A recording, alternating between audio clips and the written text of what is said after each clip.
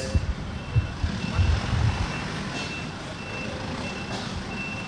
Assalamualaikum warahmatullahi wabarakatuh. Selamat pagi, salam sejahtera untuk kita semua.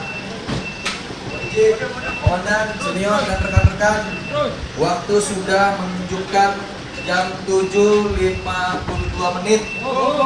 Izin kepada komandan, senior, dan rekan-rekan segera mengisi memenuhkan lapangan apel untuk segera melaksanakan apel pagi.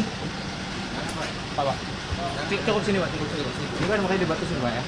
Iya. Sekali lagi mohon izin komandan, senior, dan rekan-rekan segera bergegas menuju ke lapangan apel. Segera kita melaksanakan apel.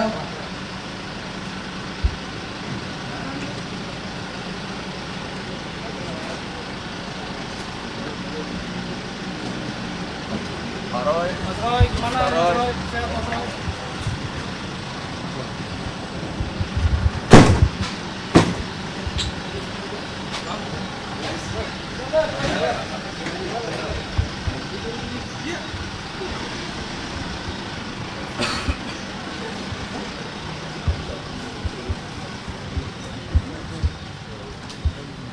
Ya, aku balik lagi ya.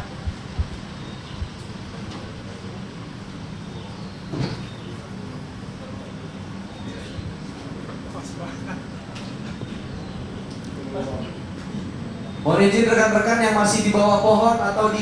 Jadi kami hari ini dari tim penasihat hukum datang ke tahanan titipan di Polda Metro Jaya sehubungan dengan rencana tahap 2 di Kejaksaan Negeri Jakarta Selatan. Tadi kami dari Rumah Sakit Polri Kramat Jati mengawal klien kami dan hari ini kita sudah ada di Tahti dan setelah administrasi lengkap pemeriksaan di Tahti, nanti tersangka, barang-barang bukti juga berkas perkara akan dibawa dan diserah terimakan ke Kejaksaan Negeri Jakarta Selatan. Ini yang disebut dengan tahap 2, pelimpahan berkas, tersangka dan juga barang buktinya. Paling itu yang sementara bisa saya informasikan. Ada pertanyaan lagi?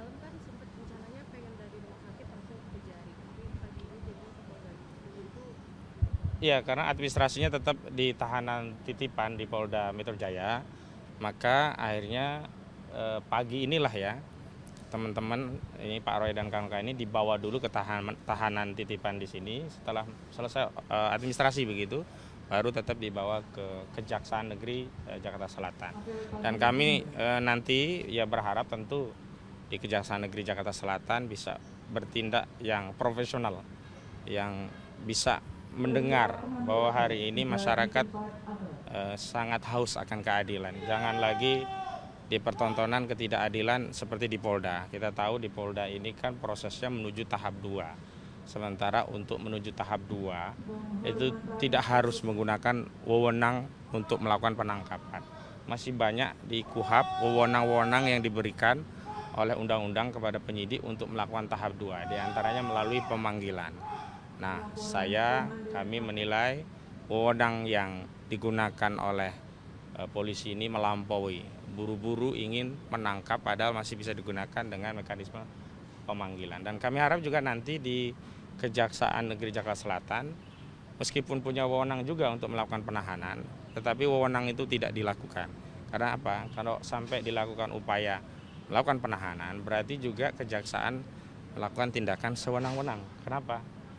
Karena di kejaksaan yang sama, ini Kejaksaan Negeri Jakarta Selatan, ada kasus yang sudah ingkrah yang kita ketahui Sylvester Matutina sampai hari ini saja belum dieksekusi. Saya pikir itu akan menjadi pertimbangan bagi Kejaksaan Negeri Jakarta Selatan untuk mengambil pilihan wewenang yang diatur undang-undang agar tidak dianggap sewenang-wenang. Nah, sekali lagi saya tegaskan ya, penahanan seorang tersangka itu bukan hak, bukan kewajiban. Kalau hak maka penegak hukum harus mengambilnya kan. Kewajiban juga penegak hukum harus menunaikannya kan. Yang benar adalah penahanan itu adalah bagian wewenang dalam rangka untuk menegakkan hukum. Sepanjang penegakan hukum itu bisa dijalankan tanpa melakukan penahanan itu jadi tidak perlu lagi untuk dilakukan. Sama persis pada kasus Haris Azhar dan Fathia Maulidianti yang berperkara dengan Luhut Binsar Panjaitan. proses penegakan hukum tetap bisa berjalan tanpa perlu melakukan penahanan. Karena delik utamanya ya, genus deliknya kan ini tetap pencemaran dan fitnah. Sama seperti Luhut Binsar Panjaitan dianggap dicemarkan, difitnah oleh Haris Azhar. Sama hari ini Roy Suryo, Fauzia Tiasuma dianggap mencemarkan dan memfitnah Joko Widodo. Jadi jangan diekstensifikasi dengan delik-delik yang tidak relevan, misalnya delik tentang editing, manipulasi data elektronik, yang kemudian publik kita semua memahami ini hanya modus saja agar bisa melakukan penahanan, karena salah satu alasan objektif untuk melakukan penahanan itu adalah ketika ancaman pidana itu lebih dari 5 tahun. Nah, dengan adanya pasal 32, 35 Undang-Undang ITE inilah ya, ancaman pidananya itu sampai 12 tahun. Kalau kita fokus di 311, 310 KUHP yang hari ini menjadi KUHP baru, 433, 434 KUHP itu kan 4 tahun, di bawah 5 tahun semua. Sehingga sebenarnya tidak relevan untuk melakukan penahanan. Dan sebenarnya yang paling penting kan begini, kita ini kan sedang mencari keadilan, menyusuri kebenaran untuk membuktikan ijazah ini statusnya seperti apa. Tentu pihak yang meneliti menyimpulkan palsu dengan pihak yang punya data-data bahwa itu asli harus dihadirkan di persidangan dalam posisi yang equal, setara. Jangan sampai yang satu sudah diposisikan di bawah karena ditahan, sehingga tidak bisa bekerja maksimal di dalam persidangan untuk membela kepentingannya. Sementara yang lain sudah menggunakan alat negara, seperti Saudara Joko Widodo kan sekarang tidak ikut campur lebih jauh.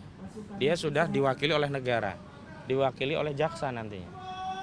Bahkan yang membuktikan ijazah itu asli atau tidak nantinya itu adalah jaksa yang menghadirkan bukti-bukti yang hari ini disita. Kan yang disita S1 dan SMA. Itu jaksa.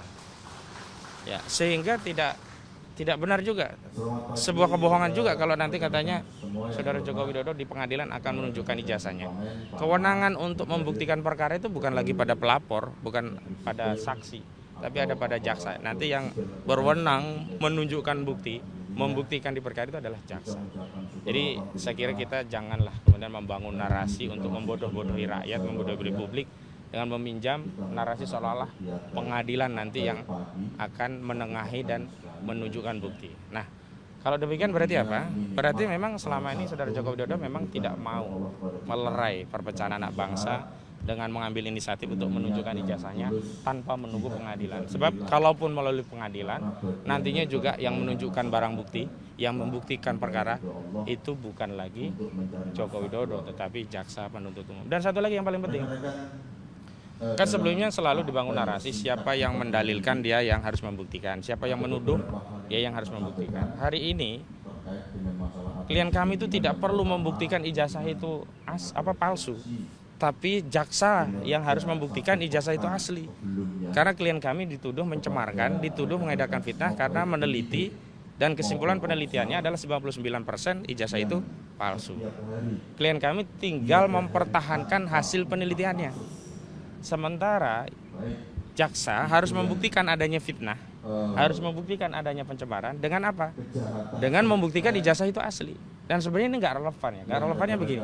Harusnya ada putusan pengadilan tentang ijazah dulu, asli atau tidak, baru orang yang meneliti dianggap fitnah atau melakukan pencemaran. Ini kan nggak paralel, sehingga posisi klien kami itu untuk membuktikan, mempertahankan penelitiannya itu dalam status terdakwa nantinya, bukan dalam status peneliti yang mandiri yang bisa secara merdeka untuk menjelaskan apa yang menjadi dasar bahan-bahan penelitian, tinjauan pustakanya, latar belakangnya, teorinya, sampai dengan bagaimana dia mengelaborasi data dan fakta dan sampai muncul kesimpulan bahwa ijazah tersebut 99% palsu. Saya kira itu ya.